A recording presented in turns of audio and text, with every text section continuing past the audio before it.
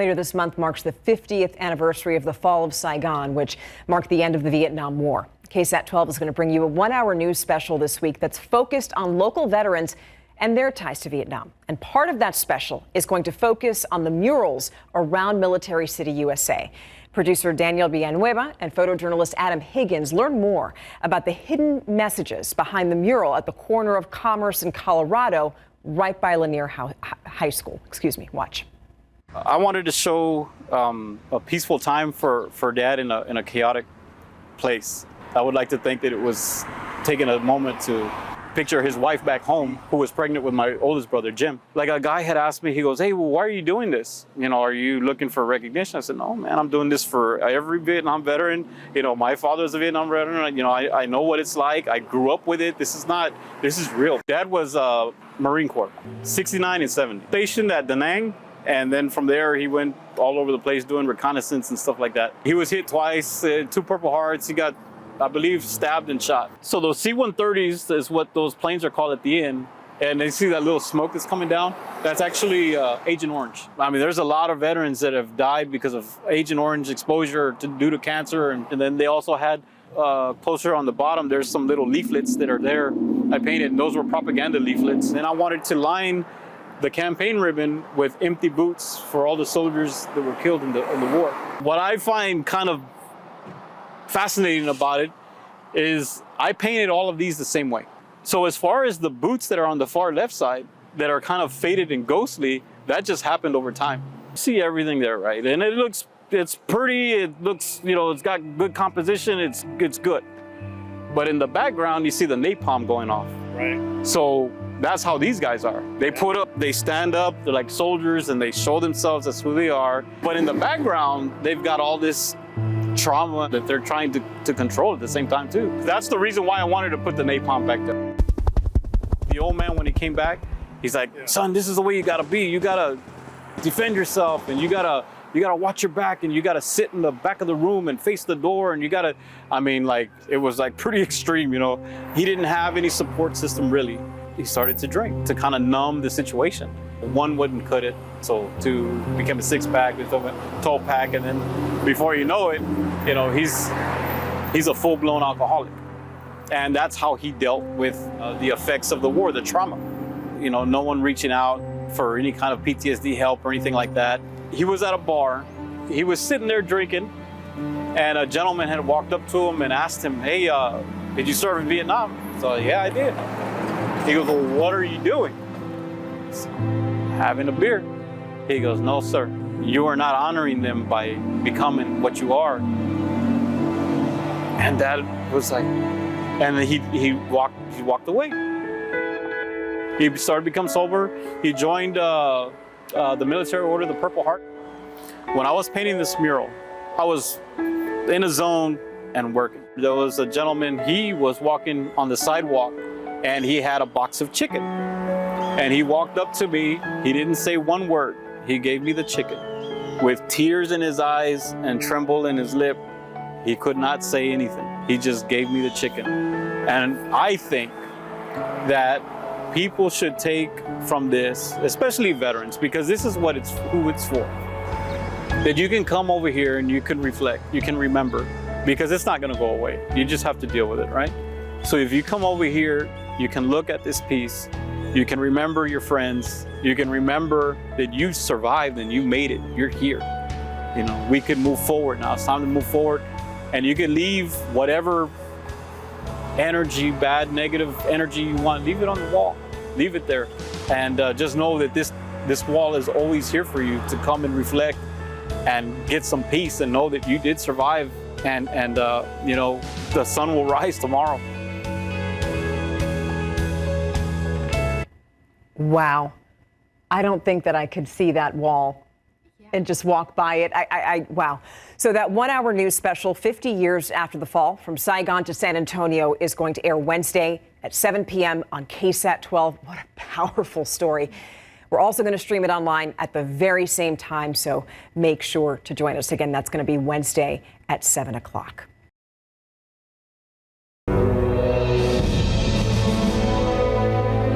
Coming up Wednesday night, KSAT 12 holding a 1-hour special looking back at the end of the war in Vietnam and the connection between San Antonio and Saigon. That 50-year anniversary later this month. We spoke to veterans of Edgewood ISD, a close-knit group who meet every Wednesday morning to talk about their memories and to support each other all these years later. All right. We're waiting for this guy. Limo just drove up. We get together every Wednesday at various little hole-in-the-wall restaurants. We serve good hot coffee, good tacos. These group of folks are no different from when they were and I was 20 years old. You went to Holy Cross too? Yeah, that one we used to call Eater. Heart of gold. There's definitely a brotherhood. And we only meet for like a couple hours for breakfast, for tacos, you know. But yet, if anybody's got anything to say, or we see somebody that needs to open up, you know, we'll pursue them. They shared a common bond, and you can talk to each other and share, and you can understand the pain somewhat that they're going through. It's a bond. It is a bond. Our 1-hour news special, 50 years after the fall from Saigon to San Antonio, will air and stream Wednesday night at 7 p.m. only on KSAT 12.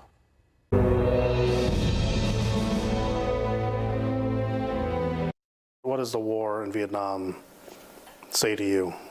Say to me? Oh, it's on my mind all the time. I mean, it's over, but it's never over.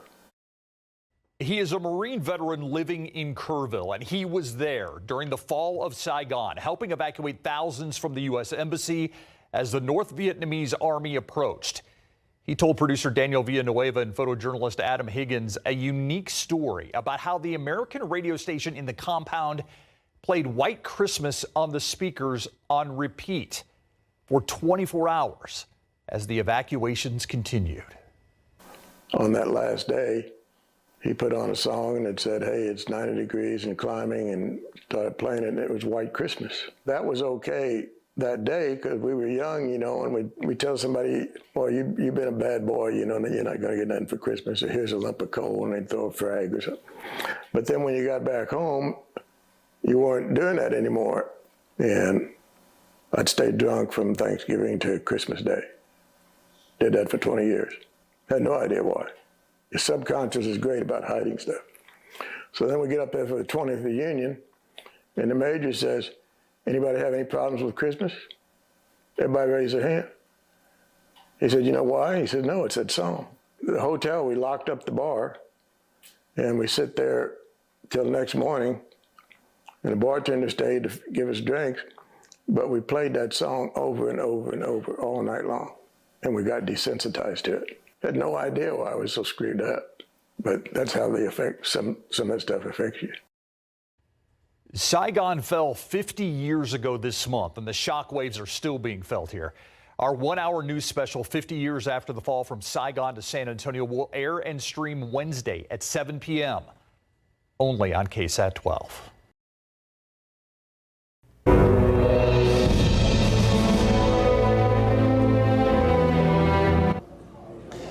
Tonight at 7 o'clock, online and on air on KSAT 12, only on KSAT 12. You can find our KSAT News special, 50 years after the fall from Saigon to San Antonio, where we honor Vietnam veterans.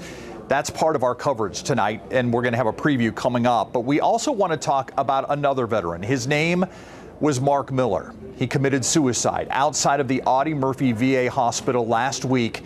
His message was to create an awareness around the fact that many veterans are falling through the cracks when it comes to help with their mental health care. There's a protest, a vigil happening right now in his name. Our Avery Everett joined us from there live. Avery? Steve, it's a very difficult conversation to have, but the community here says it's one that's long overdue. They want to put politics aside and have a real conversation about quality health care and mental health access to resources. That's why they've been gathering here, writing signs and cards to the Mark Miller's family who just got here. Like you said, Steve, Mark Miller was a veteran of the U.S. Navy. He died by suicide outside of the VA just last week. His story struck close to home for so many people here in San Antonio who have suffered suffered with their own mental health or know someone who has. That's why dozens of people have come out today calling for better mental health support. They have been out here for 3 hours marching and chanting outside the VA fence just off Babcock. The mental health nonprofit put this peaceful protest together. Their founder tonight saying this is to remember Mark and so many others. It's important because we need to have this to honor him, his family, and all the veterans out there that are suffering from PTSD are in silence, and for those that continue to suffer and those that have passed. Steve, they're planning to be out here for another hour, but so many people have found strength in this community to share their own stories about the struggles of mental health. We'll tell their stories tonight at 10. Steve? Thank you, Avery. And of course, the talking about mental health and how it affects our veterans will be part of our special tonight. I'm actually at this American Legion post because they're showing our special. You can see a lot of the veterans who are already here behind me, many of them who we talked to as part of this special. It was 50 years ago, April 1975, when the U.S. Embassy in Saigon fell. A lot can be lost in 50 years, and one thing we wanted to make sure wasn't lost: the sacrifices that so many Americans, so many San Antonians made in Vietnam. Here's a preview of tonight's special. I was watching it on TV like everybody else. Seeing all the planes, all the people that were evacuating. Seeing those ships full of helicopters just dumped into the ocean, you know. It just reinforced, why are we there? Why were we there if we're just going to turn around and leave? You're there, doing your job, and you sort of just get numb, to incoming rockets, shooting your weapon. Everybody, it seemed like I turned around, where are my friends, where are my schoolmates? They're in Vietnam. The Marines were having a hell of a time of the way.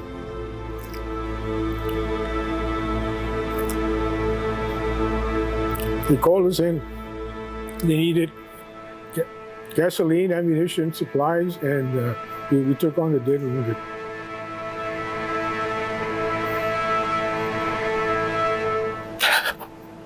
That was tough. I choose art rather than like words and writing and all that kind of stuff to kind of communicate my ideas and express myself. This is how I express myself. I'm not really good at other forms of expression. This is my best form right here. This is how I say what I want to say. So you see everything there, right? And it's pretty, it looks, it's got good composition, it's good. But in the background, you see the napalm going off. Right. So that's how these guys are. They stand up, they're like soldiers, and they show themselves as who they are. But in the background, they've got all this trauma that they're trying to control at the same time too. That's the reason why I wanted to put the napalm back there.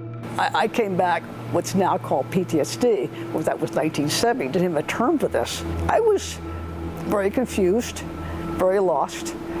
As a woman, and no one to talk to. We have a member at this post here. He carried a suicide note in his pocket. He was in Vietnam. Nowadays, that shouldn't be happening.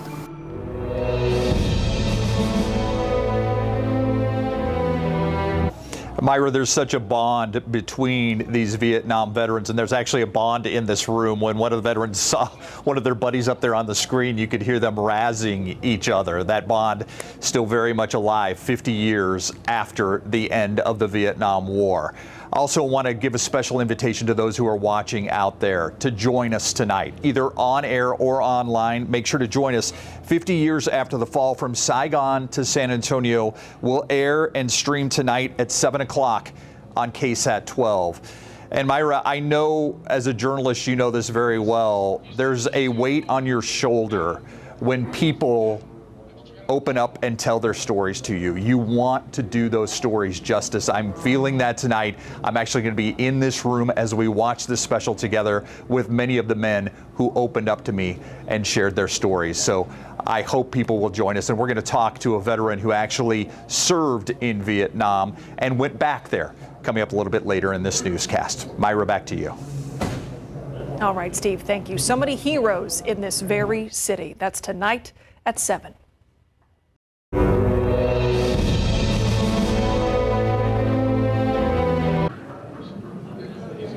Welcome back to American Legion Alamo Post number 2 on Fredericksburg Road, where they are having a viewing tonight for veterans and their loved ones of 50 years after the fall, from Saigon to San Antonio. We are honoring the veterans who have served here in San Antonio for what they did in Vietnam so long ago. And one of the things we're going to talk about is a trip back to Vietnam that's being offered by a local man here, Tex Steitler. We're going to talk to Tex coming up in the special, but I want to talk to a veteran who actually went on one of those trips, who served in Vietnam.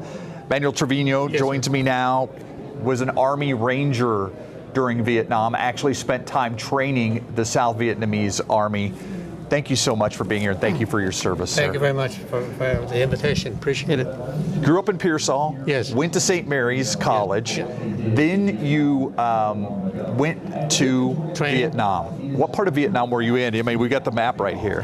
I was in the Mekong River Delta, south of Saigon, and in a town called Vitan, in a province called Trung Tien. If you can equate the province to a state in the United States, I was in the capital of Trung Tien province. When I say Vietnam to you, what do you think? I think of separation from my family, my wife. I think of the long days in Vietnam and the long nights that we had doing training with the Vietnamese, going out on operations with them. It was very hard, very difficult, very exhausting work. Yeah. Talk about, you're an Army Ranger. You spent years in Vietnam. Why did you decide to go back? I wanted to see the country, and I was trying to go back to the town where I was stationed, Vitan. I was able to go there with Tex. He called me that he was planning a trip to the Delta. So that was an opportunity to go see the town where I was stationed. And the whole time that I was there in Vitan, I only found one building that I recognized, and that was the marketplace in the middle of Vitan. Why did you decide to go back? Just to settle some issues, and then to be at rest, I guess, that I was to see the country that I had been there as a young man, and also find out if it had progressed to a better country. PTSD was not talked about in 1970s and 1975. No. Do you think you suffer from PTSD? I have. I still wake up in the middle of the night, and most of the time I'll check the doors in the house.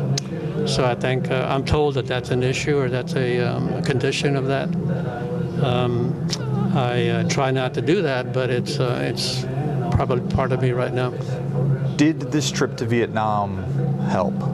It helped a great deal. I visited with a lot of Vietnamese people while I was there, older people that were there during the Vietnam War. I would ask them if they had any anger or any animosity or had any revenge against us because of what happened in 1975. And to a person, they told me no. Most of them were angry with their neighbors who turned them into to the NVA when NVA came into the city. But the trip was very rewarding, very enjoyable, and I met a lot of very nice people there. Yeah. What's it like being here tonight with some of your fellow veterans and getting ready to watch this special? I mean, I talked earlier about how I laughed because one of the people saw themselves during our preview and they were kind of razzing each other back and forth. There's a bond here. I heard that. I enjoyed it. I'm glad you called. Thank you for the invitation to do this. I want them to know that we are together and we have a lot of energy together. And so I want them to understand that things like this program, like the 7 o'clock program that you're going to have, do help us, and that we understand what we're doing. What do you want people to take from this special tonight? I wish that the general population out there would understand that we Vietnam veterans are not special. We're veterans. We're not special. We went to Vietnam, did our job, came back, most of us separated from active duty and went about our careers and our families. So we do have some recognition now, and that is gratifying. But we're not special, we're not heroes. We did our job, we came back, and we went about our business. Were you recognized the way you should have been, though, when you came back? The only people that met me at the airport when I arrived in San Antonio was my wife, my 2 daughters, my mother, and my dad, and that was it. We went home, and my dad had a barbecue a few days later for everybody, the neighbors to come in and visit, and that was about it. Do you remember where you were in April of 1975 when Saigon fell and what you were thinking? I was here in San Antonio working, and when I saw the news, I had been following the news all of 1975 and 74. And so I was here in San Antonio working. I was very angry, very upset, very frustrated that after our efforts in Vietnam of 15, 20 years, we left in such a chaotic manner. People have asked me if we lost the war, and I tell them we did not lose it. I think it was a lack of political will in Vietnam and the Vietnamese government and Vietnamese military that lost it. It was their country. We went there to help them. We gave them money, materiel, personnel. Men and women served. And so it was very frustrating to see that chaotic scene in 1975. Mr. Trevino, I appreciate your time. Oh, thank you very much for the invitation. Appreciate it. Thank you for visiting us. I hope you enjoy the special I tonight. hope so too. Thank you. Yeah. Thank you for everything. Appreciate it very much. Yeah. We're going to take a break. We'll be right back.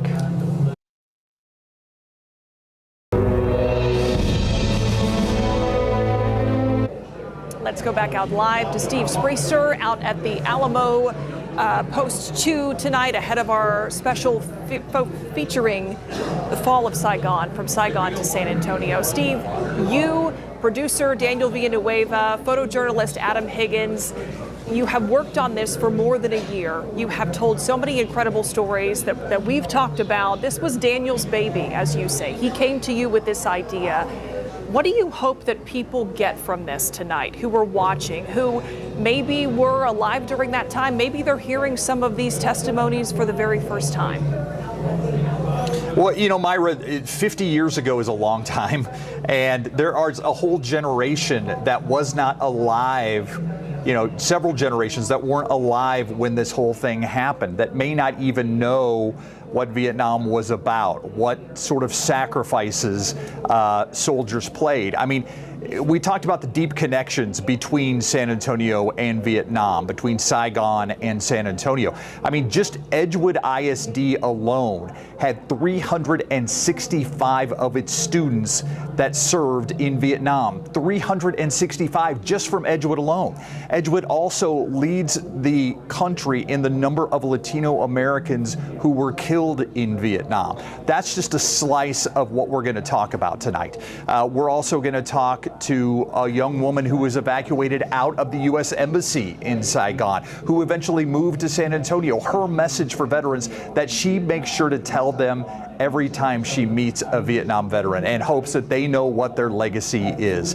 And if we do nothing else tonight, I want people to hear these stories and respect the men and women who served. And let everybody know there are ways to get help if you struggle with mental health, PTSD, etc. So I'm going to stay here at the American Legion Alamo Post number 2, watch it with these men and women. I cannot think of a better place to be, Myra. I'm excited about what's going to happen, and I hope viewers will join us tonight at 7 o'clock on air and online. And Steve, you talked with Manuel Trevino earlier. He said he did not consider himself a hero.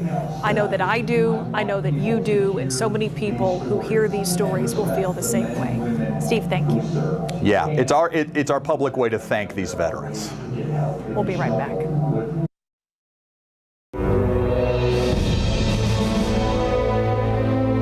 Tonight at 7, we aired our KSAT News special honoring Vietnam veterans 50 years after the fall, from Saigon to San Antonio. I joined a viewing party at the American Legion Alamo Post 2 tonight. The reactions after the special from Vietnam veterans were emotional. I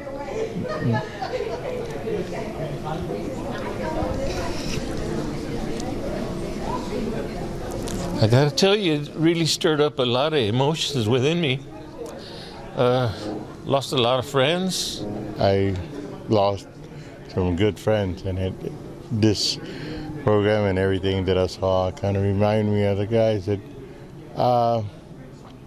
didn't get to be fathers. I got to feel some closure seeing this, and it was a tough war. Tough war, and I'm just glad that we all made it back. It was an honor to be in that room tonight and watch the special with these heroes. You can watch our KSAT News special if you missed it tonight or want to see it again. 50 years after the fall, from Saigon to San Antonio. You can watch it now in its entirety on all of our KSAT streaming platforms.